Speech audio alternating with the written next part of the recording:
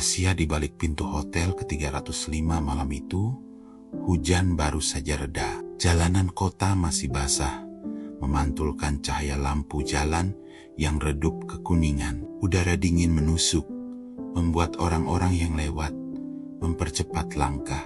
Di antara deretan bangunan modern yang angkuh berdiri, ada sebuah hotel tua dengan papan nama neon yang sudah mulai redup, berkedip-kedip seperti ingin padam. Hotel itu bukan tempat mewah, bukan pula tempat yang terlalu kumuh. Ia berada di antara sebuah ruang abu-abu di mana orang datang bukan untuk kenyamanan, tapi untuk melupakan sesuatu. Lorong hotel itu panjang, berkarpet merah tua yang sudah dipenuhi noda samar dan bau apek. Lampu-lampu gantungnya berayun sedikit karena angin masuk dari jendela kecil yang terbuka. Setiap pintu kamar berdiri berjejer, bernomor emas pudar. Tapi ada satu pintu yang seakan punya magnet sendiri. Nomor ke-305. Orang-orang yang bekerja di hotel itu tahu pintu itu sering jadi saksi bisu, kisah yang tak layak dibicarakan terang-terangan. Di balik pintu itu malam ini, seorang pria berdiri sendirian. Wajahnya letih, matanya bengkak sedikit karena begadang terlalu lama. Kemeja putihnya masih menempel di tubuh, meski dua kancing teratas terbuka memperlihatkan kulit leher yang tegang. Dia baru saja menutup ponselnya, mematikannya, seolah ingin terputus dari dunia luar. Tangannya bergetar kecil, antara gugup dan tak sabar. Ketukan pelan terdengar 3 kali. Hanya 3, tapi cukup membuat jantungnya berdebar keras. Dia membuka pintu, dan di sanalah sosok itu berdiri. Seorang wanita muda dengan gaun merah pas badan, bibirnya dipoles tipis dengan warna senada. Rambut hitamnya terurai lembut, sebagian menutupi bahunya. Sepatu hak tingginya berderap pelan saat ia melangkah masuk. Aroma parfumnya langsung memenuhi kamar, memaksa udara lembab tersingkir. Mereka saling menatap, dan dalam tatapan itu sudah ada terlalu banyak rahasia. Tak ada salam, tak ada basa-basi, seolah kata-kata hanya akan merusak momen yang sudah rapuh sejak awal. Wanita itu tersenyum tipis, senyum yang bisa berarti apa saja.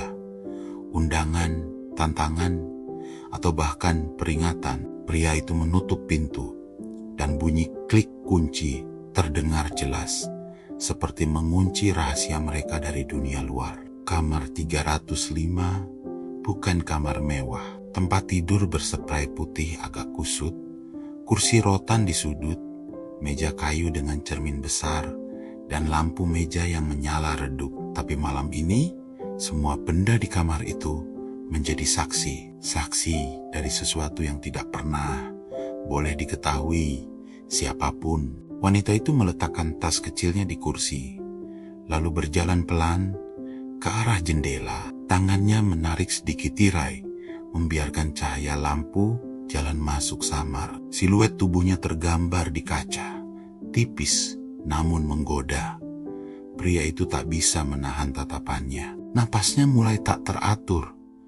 Kenapa di sini? Suaranya pelan, nyaris berbisik. Wanita itu menoleh separuh.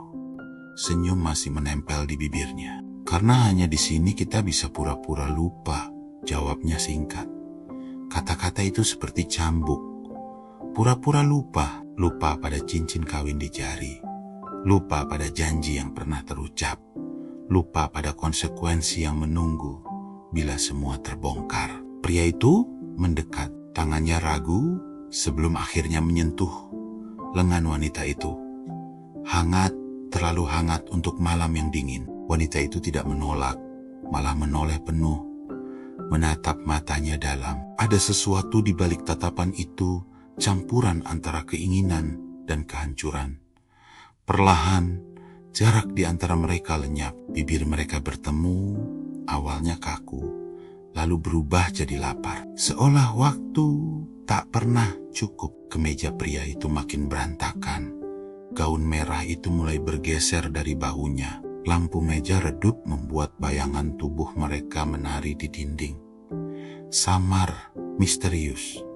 Detik demi detik terasa panjang, napas terputus-putus, bisikan-bisikan singkat yang hanya dimengerti oleh mereka berdua. Kata-kata yang tak pernah boleh diucapkan di luar kamar ini. Di meja, segelas anggur tersisa dari tamu sebelumnya tak tersentuh. Mereka tidak membutuhkannya. Aroma parfum, rasa kulit, dan suara degup jantung sudah cukup untuk membuat kepala pening. Gaun itu jatuh ke lantai, kemeja terlempar ke kursi. Tubuh mereka melebur dalam ritme yang hanya mereka tahu. Tapi di tengah semua itu, ada rasa bersalah yang merayap. Setiap sentuhan adalah dosa, setiap ciuman adalah pengkhianatan. Namun, anehnya, justru itulah yang membuat semuanya semakin intens. Karena mereka tahu ini salah, dan yang salah selalu terasa lebih menggoda. Waktu berjalan, 15 menit, 30 menit, 1 jam. Dunia luar menghilang. Yang ada hanya detak jam dinding, napas mereka, dan bayangan yang terus bergerak di dinding kamar. Saat akhirnya mereka berhenti, kamar dipenuhi keheningan berat. Pria itu duduk di tepi ranjang, menyalakan rokok dengan tangan gemetar. Asapnya memenuhi udara, menambah sesak. Wanita itu sudah berdiri di depan cermin, merapikan rambutnya.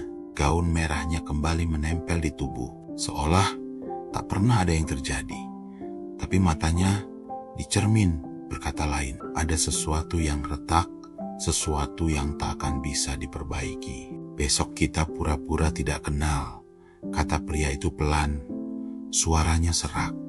Wanita itu menoleh, menatapnya lama. Besok kita tetap akan saling ingat, jawabnya. Dia mengambil tasnya, berjalan ke pintu. Tangannya berhenti sebentar di gagang pintu, sebelum akhirnya membuka dan melangkah keluar. Bunyi klik pintu menutup lagi, dingin, final. Pria itu duduk lama, menatap pintu yang sudah tertutup. Kepalanya menunduk, tangannya menutupi wajah. Asap rokok terus mengepul, menyatu dengan aroma parfum yang masih tertinggal di udara. Kamar 305 kembali sunyi, tapi dindingnya, spray putih itu, bahkan bayangan di cermin menyimpan satu rahasia lagi. Rahasia yang tak akan pernah terucap. Rahasia yang hanya bisa hidup dalam sunyi. Dan hotel itu, dengan lorong panjangnya, hanya akan terus menunggu. Menunggu siapa lagi yang berani menambahkan cerita baru di balik pintu kamar ke-305.